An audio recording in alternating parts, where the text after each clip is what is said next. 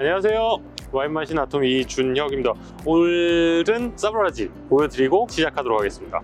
제일 먼저 캡슐의 호일을 먼저 제거를 해주셔야 돼요.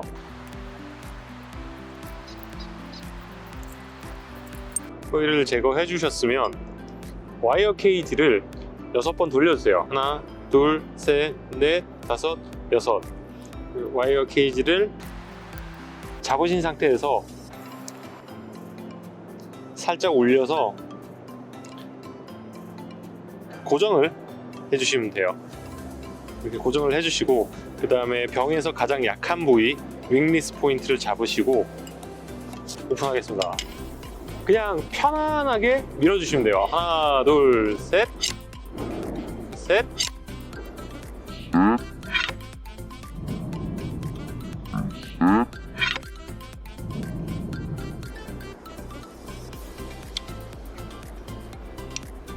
끝.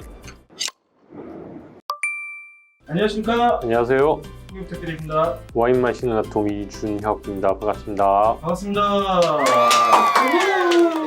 오늘은 주제가 정말 특별한데 뭐죠? 돈페리뇽. 돈페리뇽. 돈페리뇽이 어떤 샴페인이요?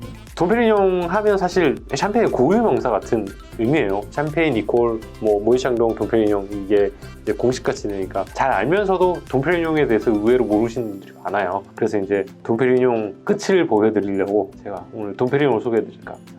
이 돈페리뇽 같은 경우는 진짜 유명 셀러브리티들이 정말 좋아하는 샴페인 중에 하나잖아요. 소개 좀 시켜줄 수 있어요? 그렇죠. 이제 셀러들이 가장 사랑하는 샴페인이 돈페리뇽이죠. 헐리우드 배우부터 시작해서 예를 들어서 뭐 그레이스 켈리라든지 마릴린 먼로, 오드리 헵번 등 이제 수많은 셀럽들이 가장 애정했던 샴페인 돈페리뇽이고, 유명 작가들과 콜라보레이션을 굉장히 많이 했어요. 가장 최근에는 레이디 가가. 레이디 가가가 한 2달 안 됐을 거예요. Creative Freedom is Power에서 창조적 자유는 힘이다 라는 슬로건으로 돈페리뇽 로제 제로번 2005년 빈티지, 그러니까 3리터짜리를 레이디 가가가 직접 디자인에 참여를 했어요. 레이디 가가 에디션이라고 해서 이 핑크 레이블에 레이디 가가 써져 있고, 제가 듣기로는 110개만 제작이 됐고요. 왜 하필 110개일까요? 모르죠. 왜냐면 돈페리뇽에서 그 이상을 안 만들었을 거예요. 왜 제로밤을 그렇게 많이 만들지는 않거든요. 그리고 이제 수익금은 레이디 가가가 만든 본 디스 웨이 재단에 전액 기부를 하는 거죠. 뭐 취지도 좋고 팬심도 발휘할 것으로 생각되는데, 가격을 보통 사람들이 매그넘 하면 뭐 2배, 훨씬 비싸요. 샴페인 같은 경우는 2.5배, 그다음 제로밤 같은 경우에 보통 6배, 7배거든요. 그러니까 돈페리뇽 로제가 2005년이 제가 알기로는 지금 한 400불, 500불 선 정도면 구입이 가능하실 건데, 400불에서 500불 사이에 2004년 기준으로 제로밤이 지금 5,000불, 6,000불 정도예요. 그러면 레디 가가 에디션이 딱 들어갔다, 110병 만들었다. 제가 보기에는 아무리 저렴해도 1,500만 원에서 2,000만 원 정도에는 팔리지 않을까. 제가 그래서 홈페이지도 한번 들어가서 가격을 찾아보려고 모든 루트를 써서, 근데 가격을 아는 사람들이 없더라고요. 그거 말고도 콜라보레이션으로 이제 유명했던 게 2002년 앤디 워홀 컬렉터즈 에디션이라고 해서 나온 게 있어요. 이제 앤디 워홀이 죽은 이후에 진행된 케이스인데, 왜냐면 앤디 워홀이 1987년에 돌아가셨으니까 이분이 생전에 돈페리뇽 그렇게 좋아했대. 네. 제가 듣기로는 1970년대, 80년대쯤에 벌써 밀레진 파티를 기획을 하셨대. 그래서 친구 20명이서 돈페리뇽 2,000병 샀대.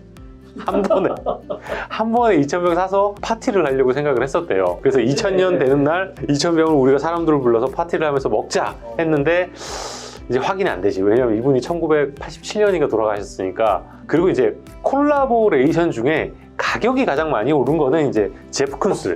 미국을 1980년대를 대표하는 이제 대표적인 작가니까 돈페리뇽 벌룬 비너스 바이 제프 쿤스라고 해서 국내에는 이게 딱 3점 들어왔어요. 갤러리아에서 얼마에 팔렸느냐? 2,400만 원. 왜냐면 제프 쿤스가 만든 통이 있어요. 돈페리뇽 로제 하나랑 그거를 딱 홀딩할 수 있는 병 사이즈, 그게 한국에서는 2,400만 원에 판매가 됐었고, 미국에서는 2만 불에 판매가 됐었지. 이 깍이 아마 예술 작품이니까. 그렇죠. 벌룬 비너스는 오스트리아에서 출토된 기원전 23,000년 전에 조각상에서 영감을 얻은 거고, 아까 말씀드렸지만 영감을 얻은 비너스의 돈페리뇽을 보관할 수 있게 딱 650개만 제작이 됐다고 해요. 재미난 건 이게 2003년 로제랑 2004년 빈티지랑 두 개가 이제 나온 지가 한 6, 7년 됐죠. 2013년인가 제가 알기로 나온 걸로 아는데 2017년에 크리스 라이브에서 옥션에서 한번 팔려요. 영국에서. 얼마 팔렸게? 그래도 출시가가 한 2만 달러니까 2만 6천 달러? 3만 1,000파운드, 한국 돈으로 이제 약 5천만 원. 한 두 배 더 뛰었지. 돈페리옹이 오르는 게 아니야. 제프 큰스가 오른 거야.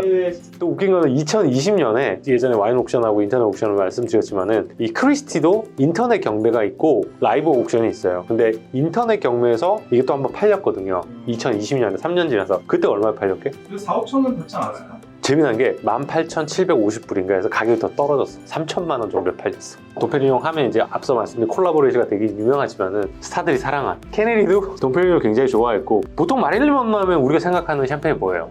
페이퍼아이지. 그렇지, 페이퍼 아이직이지. 근데 실질적으로는 페이퍼 아이직보다는 돈페리뇽을 훨씬 좋아했다. 그게 이제 팩트인데 실질적으로도 페이퍼 아이직을 좀 즐겨 마시기는 했대요. 광고도 찍었지만은 가장 사랑했던 거는 돈페리뇽이다. 이게 이제 어디서 확인이냐면 마릴린 먼로가 사귄 덴마크 작가가 있어요. 그 덴마크 작가가 마릴린과 함께한 40일이라는 책을 썼거든요. 40일 동안 연애를 했나 봐. 이 40일 동안 하루도 빠짐없이 돈페리뇽을 드신대요.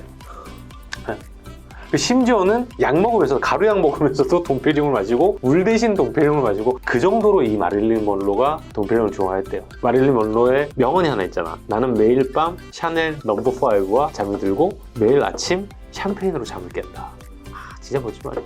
정말 동지감에 놀라시는. 그리고 이제 마릴린 먼로 하면 우리가 아는 진짜 샴페인 목욕, 사람들이 말하는 그냥 뭐 샴페인 한 병 붓는 수준이 아니라 욕조에 샴페인 목욕을 하려면 몇 병 필요할 것 같아? 욕조가 한 200리터 하지 않아요, 보통? 보통 욕조 하나 가득 채우는데 350병이 필요하대. 와. 샴페인으로만 가득 채우면. 자, 지금 모일상동이 7만 정도 한다 치면 이거 한 번 하려면 얼마인가? 2,450. 정말 샴페인 목욕을 한 번 하려면 2,450만 원이 필요한 거지. 근데 마릴린 먼로가 이 샴페인 목욕을 즐겨 했었대요. 그 정도로 사실은 샴페인에 완전히 푹 빠지셨던 분이고, 뭐 샴페인 하면 절대 빠져서는 안 되는 게 그 마릴린 먼로죠. 그리고 이제 또 하나 돈페리뇽을 유명하게 만든 게 찰스 황태자하고 고 다이애나 비의 웨딩 샴페인, 메인 샴페인. 저도 옛날에 볼링저로 알고 있었는데 볼링저로 알고 있었는데? 야, 돈페리뇽이야. 이런 진짜. 1981년에 이분들이 결혼을 하셨는데 그때 당시에 사용됐던 샴페인이 1961년 매그넘, 그게 사용이 됐었대요. 그리고 뭐 지금은 다니엘 크레이그가 나오는 이제 007 같은 경우에도 007 샴페인은 우리가 뭐라고 그래? 007 샴페인. 007 샴페인 브랜드. 볼링저. 그렇지, 볼링저라고 하는데 초창기에는 볼링저가 아니었어. 초창기에는 돈페리뇽이었어. 그리고 이제 예를 들어서 1962년작 보면 이제 살인 번호라고 거기에 이제 제임스 본드 제임스 본드 역할로 나오는 사람이 누구냐면 쇼 코너리거든. 그래서 이 쇼 코너리가 닥터노를 돈페리뇽 1955년으로 머리를 때리는 장면이 나오거든요. 그래서 이제 닥터노가 그 좋은 와인을 그렇게 버리는 것은 정말 애괴석한 일이라고 말하는데 거기서 이제 제임스 본드가 뭐라고 하냐면 나는 1953년을 더 좋아한다. 그런 말이 나오지. 어쨌든 원래 007 샴페인은 돈페리뇽이었다. 그랬다가 지금은 볼링저로 넘어갔다. 돈페리뇽 설명을 하다 보면 이런 셀러브리티와 콜라보레이션 했던 게 나올 수밖에 없어요. 그러니까 유명해지는 거죠, 사실은. 마케팅은 확실히 진짜 잘했네요. 그렇죠. 최고죠. 근데 사실 돈페리뇽의 마케팅뿐만 아니라 맛 자체나 아니면 역사 자체도 되게 희귀하잖아요. 또 와인도 되게 좋아요.